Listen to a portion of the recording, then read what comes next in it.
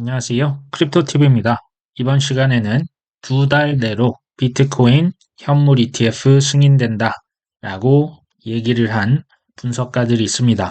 내용 살펴보시죠.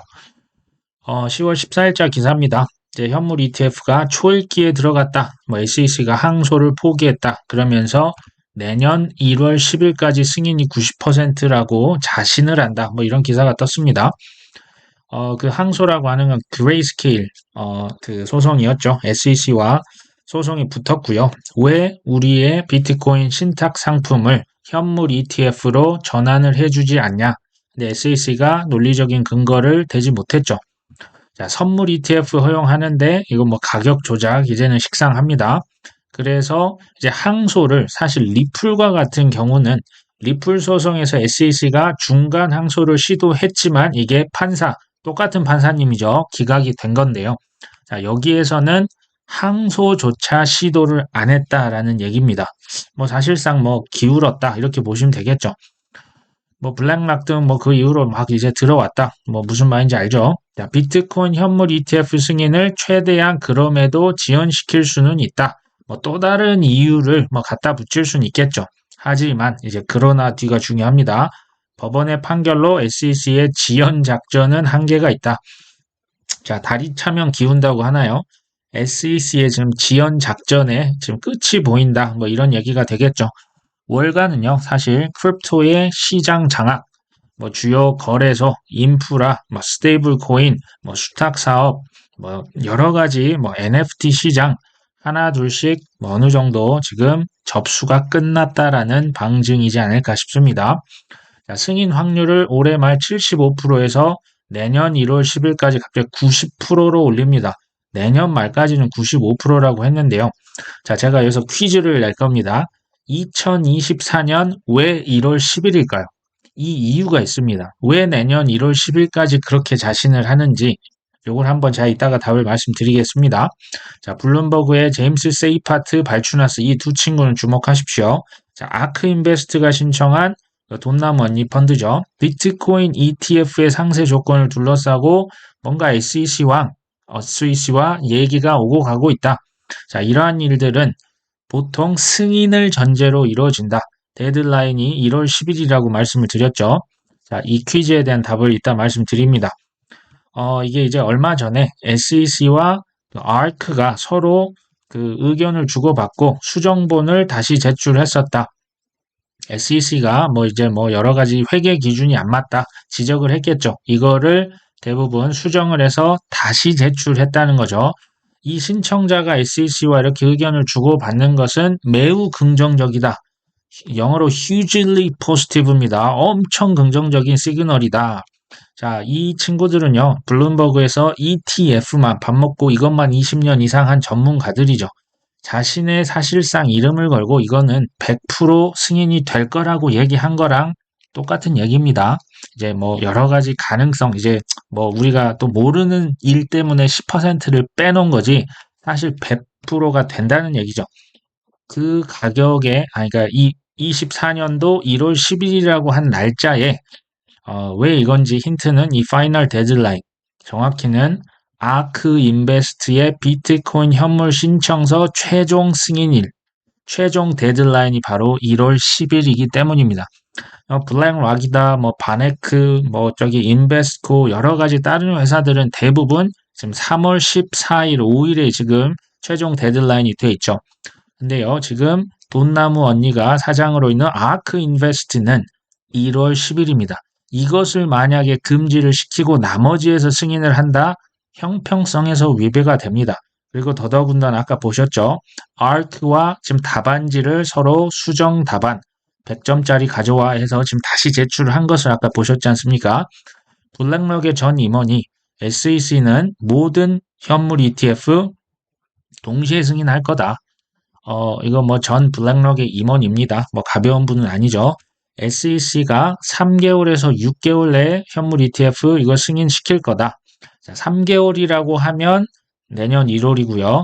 5개월, 6개월이라고 하면 내년 3월이라고 봅니다. 사실상 이것저것 아까 그 보여드렸던 거 플러스 그레이스케일, 프랭클린 템플턴 여러 가지 그 월가 금융기관들이 ETF를 다 승인을 시킬 거라고 지금 얘기를 한 거죠. 이게요, 그 아크만 그런 게 아니고요. 인베스코라고 하는 그 세계 굉장히 큰 ETF 제공 그 회사도 지금 ETF 그 신청서를 업데이트했습니다.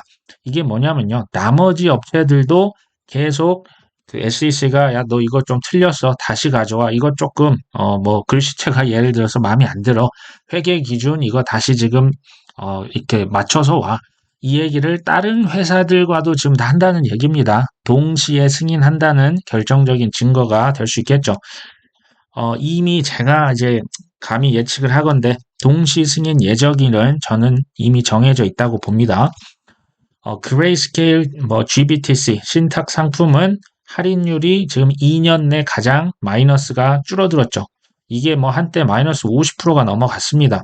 근데 이제는 이게 현물 ETF로 전환이 되겠구나. 시장이 반응을 하고 있는 거죠. 자, 블룸버그에서 SEC가 그레이스케일과 비트코인 현물 ETF 관련 생산적인 대화를 시작했다.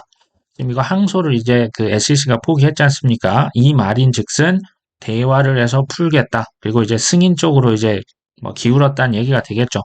이것은 매우 그 긍정적인 시그널, 뭐 대화를 한다는 ETF 승인을 목전에 두고 있을 때 이런 현상이 관측이 되었었다는 거죠. 과거에 봤을 때.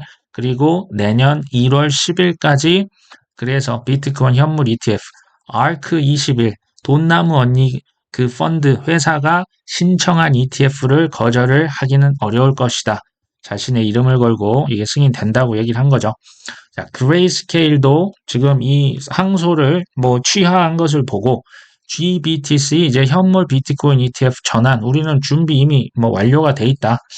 자, 지금 45일이 뭐 항소 요청 기간이 만료가 됐고 이제 법원은 7일 이내에 최종 명령을 내린다.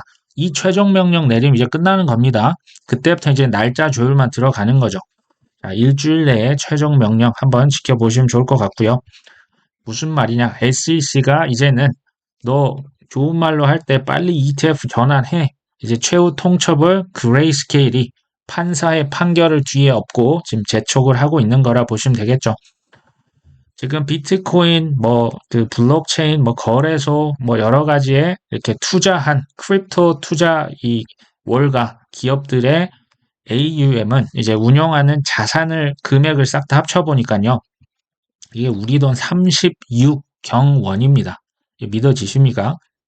자, 그런데 여기에 지금 ETF 승인을 했던 프랭클린 템플턴, 뭐 그레이스케일, 발키리, 바네크, 위즈덤 트리, 아크, 프로쉐어즈는 지금 이름이 여기 빠져 있습니다.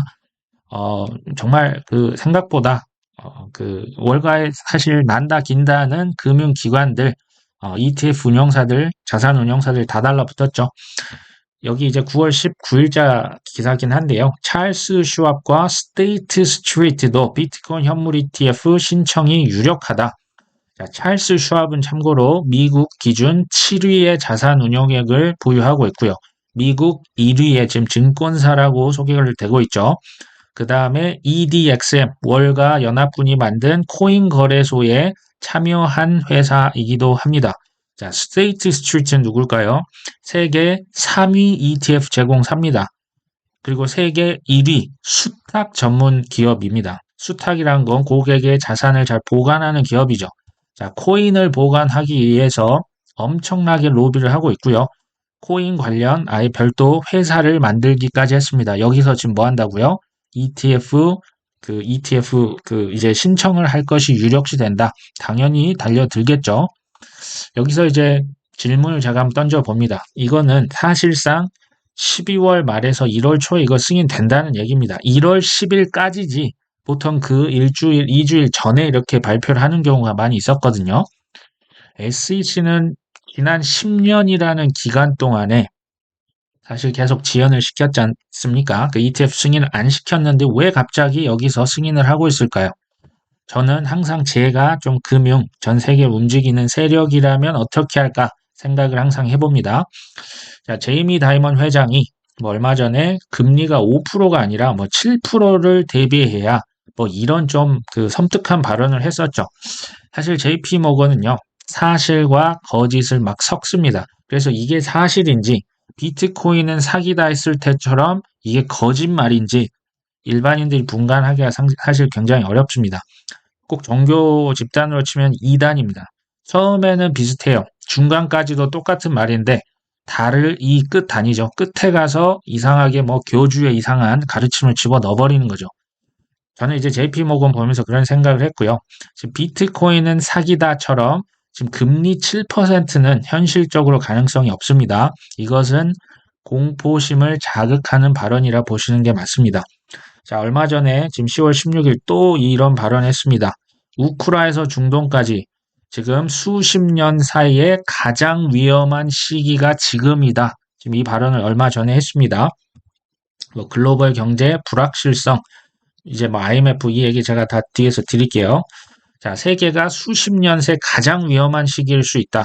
IMF도 스태그플레이션이 엄습한다면 세계 주요 은행의 무려 3분의 1이 취약해진다.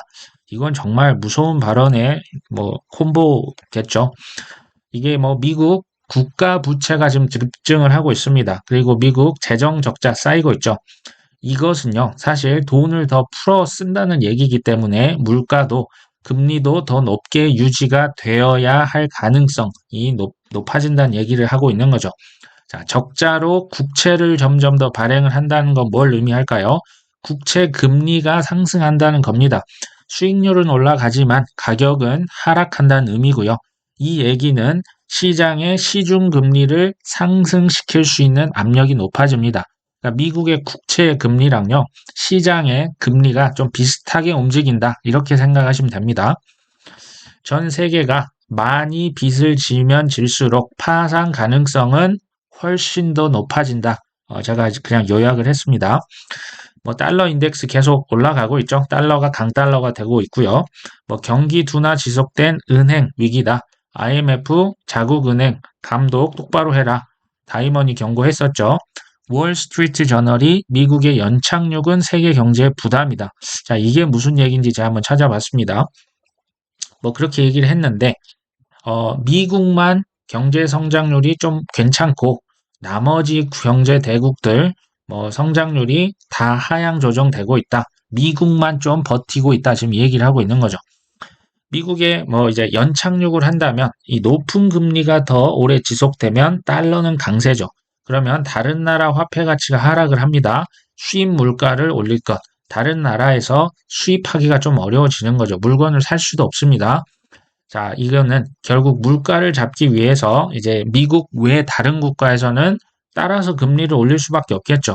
그만큼 경제 성장세를 제약한다는 얘기가 되겠죠. 금리가 올라가는데 빚이 많은데 경제 성장이 가능할까요? 자, 신흥국들은 외채 상환 부담도 늘어나겠죠. IMF에 따르면 저소득 국가의 약 60%가 이미 디폴트입니다. 혹은 그럴 위험에 처해 있죠. 빚은 뭡니까? 달러 빚으로 갚아야 합니다. 그러니까 신흥국은 더 어려워지겠죠. 좀 더 자세한 내용은 제가 이전에 제작했던 이 영상을 참고하시면 좋을 것 같아요. 자, IMF의 경고, 스태그플레이션. 그러니까 경기 침체가 왔는데 물가가 떨어져야 되는데 물가는 올라버리는 기현상입니다. 이게 오면 은행 자산의 무려 42%가 위험에 빠진다. 이거 뭐 스트레스 테스트를 한 것 같아요. 900곳 은행을 한번 테스트를 해봤더니 215개 은행이 경기 침체에 취약하더라. 자, IMF 총재가 미국의 노동시장 강세는 다른 국가에는 부담이다. 이게 근데 웃긴 게요. 실업률이 높아지고 금리가 2% 높아지는 가운데 세계 경제가 2% 역성장하는 상황을 전제했다. 이게 지금 경기 침체를 얘기하는데요. 내년에 실제로 발생할 가능성 5% 맞습니까? 전 이런 건 믿지 않습니다. 자, 은행들이 자본 상황이 취약해지는 이유는 기업이 자본 조달 여건이 악화되고 개인들은 이 부동산 금리 상승 때문에 지금 힘들다. 원금과 이자 상환이 지금 어려워지겠다. 뭐 이런 얘기죠. 이 얘기는요. 전 세계 국가 기업 가게들 중에서 빚을 많이 얻은 순서대로 하나씩 다 쓰러질 것이다 라는 얘기가 됩니다. 사실 무서운 얘기 경고가 되겠죠. 아까 제가 말씀드렸죠. 비트코인 ETF가 올해 말 빠르면 승인이 될 수도 있습니다. 왜 SEC가 지금 서두르고 있는 걸까요? 혹시 또 한 번 개미들 고점에 물리는 이벤트를 연출하는 건 아닐까요? 자, 현물 ETF 승인되면 뭐 어쨌든 그 전에 가격이 기대감에 오르겠죠. 하지만 그 이후에 이 대공황, 경기 침체, 미국 주식 시장에 폭락이 온다면 비트코인이 과연 버틸 수 있을까요? 저는 그렇게 생각하진 않습니다. 자, 연준이 금리 인하 언제 할까? 뭐 여러 가지 뭐 예측들이 있습니다. 근데 월가도 뒤죽박죽한데요. 자, 골드만삭스는 내년 6월 말이라고 언급을 한 적이 있었죠. 제가 이걸 종합을 해보니까 월가에서도 뭐 금리 인하 연준이 언제 할지 예측 어렵다. 그 다음 이하는 내년 1분기다. 이하는 그러니까 3한이죠. 내년 2분기에 가서야 금리를 인하할 것이다. 크게 보니까 이렇게 세 개가 있었습니다. 근데 올해 연말, 내년 초에 ETF가 이제 승인이 되면 언론에서 어떻게 이걸 보도를 하는지, 얼마나 펌핑을 시키는지를 좀 지켜보셔야 돼요. 아, 이제는 진짜 기관들, 큰 국부 펀드들, 연금 펀드들 들어온다. 게임 체인저다. 분명히 찬양을 할 겁니다. 자, 올해 만약에 승인을 가정을 해본다면, 올해 말에, 자, 내년 1월, 2월, 아주 길면 3월까지도 미니 불장이 전 가능할 거라고 봅니다. 대세 상승까지는 전 어렵다고 보고요. 자, 주요 언론들, 차트들, 이제 차트의 지표들이 있겠죠. 또 인간 지표들, 이런 것들을 유심히 지켜보셔야 합니다. 그리고 실제로 얼마나 오르는지 한번 보신 이후에 그때 가서 우리가 전략을 이렇게 구사를 해야겠죠. 개미들은 또 이건 저의 예측입니다. 고점에 매수할 가능성이 높겠죠. 자, 어디까지 오를 수 있을까요? 비트코인. 그건 저도 모릅니다. 근데 굳이 한다면 신고점을 돌파가 가능할까? 조금 의구심은 있습니다. 그리고 알트코인은 어떻게 될까?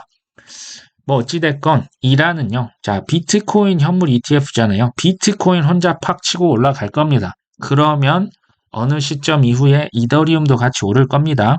그리고 이 올라가는 미니 불장의 기간이 길어지면 길어질수록 이게 밑에 있는 알트코인까지 불이 옮겨 붙을 수는 있습니다. 그거는 우리가 좀 상황을 지켜봐야 될 것 같아요. 그리고 이제 연준에서 금리를 인하 언제 하냐?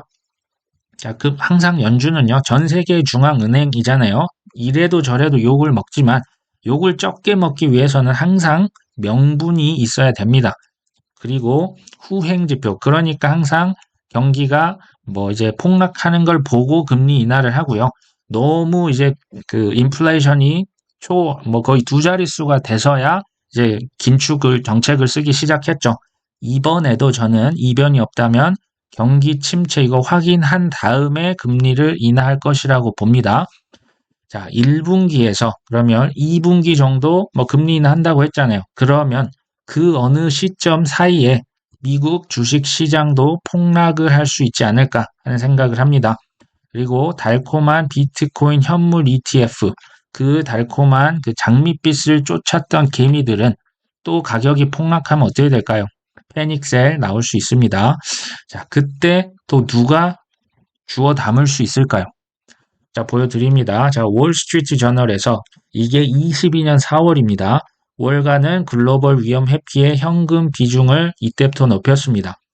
올해 3월 달입니다. 현금성 자산 지금 누가 많냐? 줄 세우기 해봤더니 구글, 마이크로소프트가 150조, 140조. 그 다음 아마존, 애플, 포드, 페이스북, GM, 엑슨모빌, 인텔, GE. 지금 현금성 자산을 무지막지하게 늘려놨죠. 작년부터 계속된 인력 해고 어마어마하게 수만 명 단위로 잘랐습니다. 이건 역시도 현금 보유량 증가에 기여했다. 저는 이렇게 봅니다. 자, 우리나라는 어떻습니까? 이게 우리나라 10월 11일자 기사입니다. 대기업들이 현금 보유 1년 사이에 무려 62조를 늘려놨습니다. 불확실성에 대비하겠다. 거기 이제 상위 10개사를 한번 봤더니요. 삼성전자가 압도적이고요. 현대자동차, LG, SK, 두산, LG, SK, 삼성, 현대, 두산입니다. 우리나라 내로라는 대기업들도 지금 현금성 자산을 많이 늘려놓고 있죠. 자, 워런 버핏 혼자만요. 지금 현재 현금 보유량이 155조 원을 들고 있다. 이걸 제가 한번 검색을 해봤는데 사실상 191조 원이라는 사상 최대 현금 비중이다. 뭐 월급쟁이 부자들에서 이렇게 썸네일을 한 것 같아요. 이게 왜 이런가 봤더니요. 올해 2분기에 순매도 투자자였다. 주식을 엄청나게 팔았다고 합니다. 지난 2분기에 보유 중이던 그 게임 회사입니다. 액티비전 블리자드의 주식을 70%를 팔아버렸다고 합니다. 자, 이제 190, 거의 200조를 들고 있습니다. 뭐 하려고 이렇게 현금을 쥐고 있을까요? 자, 만약이죠. if입니다. ETF가 승인이 된다면, 그 다음에 우리의 소문에 사서 혹시 소문에 사서 뉴스에 팔라 이 이벤트가 재현될 수 있는 가능성 없을까요? 저는 이렇게 한번 이란을 이렇게 세우고 있습니다. 무조건 전보하기보다는 이렇게 단기 만약 급등을 한다면 적정 비중을 뭐 이거는 사람마다 다를 수 있습니다. 뭐 100%를 다 파는 것까지 모르겠고요. 최소한 50% 정도 분할 매도를 했다가 익절을 해보는 건 어떨까? 그런 거죠. 자, 대공황이 온다면 초저가의 자산을 매입할 수가 있겠고요. 대공황이 안 오면 익절했으니까 괜찮을 겁니다. 자, 대공황에 사서 대상승에 팔 수 있는 기회로 삼으셨으면 합니다. 대공황이 안 오면 사실 더 좋겠죠. 하지만 온다면 우리가 이렇게 준비를 해보면 좋겠습니다. 오늘 방송 여기까지 합니다. 끝까지 시청해 주셔서 감사합니다.